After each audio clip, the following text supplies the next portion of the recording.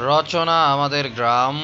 ভূমিকা বাংলাদেশের প্রকৃতি, সংস্কৃতি ও অর্থনীতির মূল ভিত্তি হল তার গ্রামসমূহ।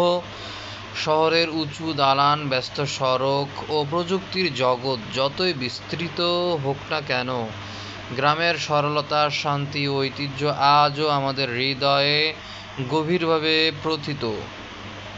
আমাদের গ্রাম বলতে আমরা বুঝি সেই স্থান যেখানে মানুষ প্রকৃতির সঙ্গে মিলেমিশে জীবনযাপন করে, যেখানে সম্পর্কের গভীরতা শহরের চেয়ে অনেক বেশি, আর যেখানে প্রতিটি দিন শুরু হয় পাখির কিচিরমিচির ও শেষ হয় ঝিঝি পোকার ডাকে।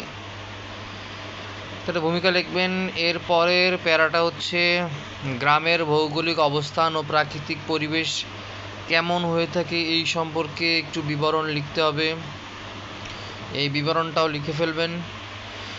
এর পরবর্তীতে রয়েছে ওই প্যারারই কিছু অংশ এবং নতুন একটি প্যারা, সেটা হচ্ছে মানুষের জীবনযাত্রা ও পেশা।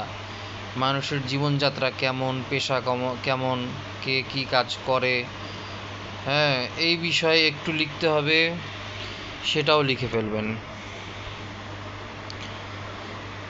এই প্যারা যখন শেষ হয়ে যাবে তখন শিক্ষা ও জ্ঞান চর্চা নিয়ে কিছু কথা লিখবেন। শিক্ষা ও জ্ঞান চর্চা,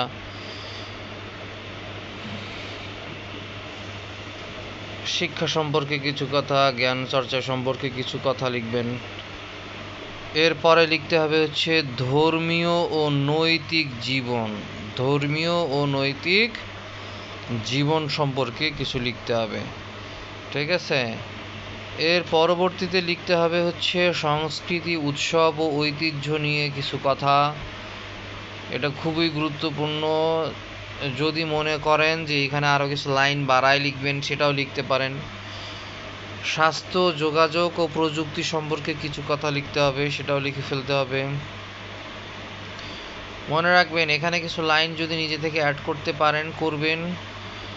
আর পরীক্ষা প্রস্তুতি হিসেবে এই জায়গায় শুধুমাত্র প্যারার নামগুলো মনে রাখবেন, আর ভেতরে প্যারার নামগুলো মুখস্থ রাখবেন, আর ভেতরেগুলো একটু পড়ে রাখবেন। তারপরে হচ্ছে পরিবেশ ও টেকসই উন্নয়ন। ভিডিও স্কিপ করলে কিন্তু এই স্লাইডগুলো অনেক সময় মিস হয়ে যাবে, ঠিক আছে। সো এই স্লাইডগুলো মিস করা যাবে না। স্লাইডগুলোর নিচে দেখেন নাম্বার দেওয়া আছে। এটা হচ্ছে 11টা পেজ রয়েছে, তার মধ্যে এটা 9 নম্বর স্লাইডে আমরা আছি। পরিবেশ ও টেকসই উন্নয়ন। এরপরে আসছে হচ্ছে আমাদের উপসংহার। উপসংহারে খুব সুন্দরভাবে লিখতে হবে। উপসংহারটা যত সুন্দর হয়, ভূমিকা যত সুন্দর হয়, প্যারাগ্রাফে তত বেশি নাম্বার পাওয়া যায়।